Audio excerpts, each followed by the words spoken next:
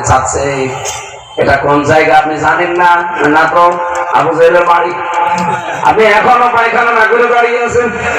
তাড়াতাড়ি যান, পায়খানা করে দেখে আমার পেটের ব্যথা ভালো হয়ে গেছে।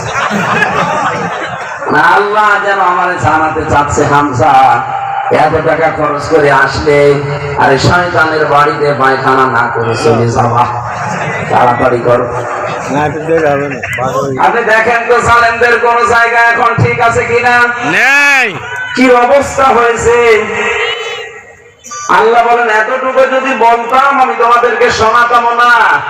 আর এই মেহফিলে এখন তার সামনে তাফসীর পেশ করবেন আপনার আমার সবার প্রিয় বক্তা, বিশ্বখ্যাত মুফাসসিরে কোরআন, বিশিষ্ট ইসলামী চিন্তাবিদ হযরত মাওলানা মুফতি আমির হামজা।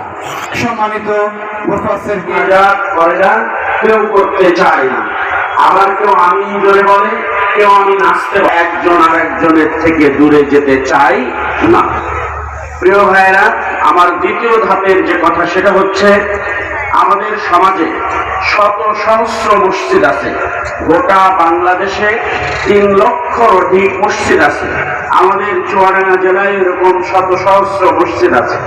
যেই মসজিদটা আজকে বেড়া দিয়ে তৈরি হলো, টিনের ছাপড়া দিয়া শুরু হলো, সেই মসজিদে যিনি ইমাম তাকে আমরা 5,000 টাকা বেতন দিই। এই মসজিদ ইমাম সাহেবের চেষ্টায়, মহল্লার মানুষের চেষ্টায় একে একে এই মসজিদটা এসি হলো, টাইলস হলো, দোতলা হলো, কিন্তু হতভাগা ইমাম এবং মুয়াজ্জিনের বেতন বৃদ্ধি হলো না। এই বৈষম্য আমরা বাংলাদেশ থেকে চিরদিনের জন্য উৎখাত করতে চাই। সংগ্রামী বন্ধুগণ, যদি আপনার কলিজায় ইসলাম থাকে তাহলে ইসলাম প্রিয় মানুষদেরকেই আপনি সবার আগে সম্মানিত করবেন।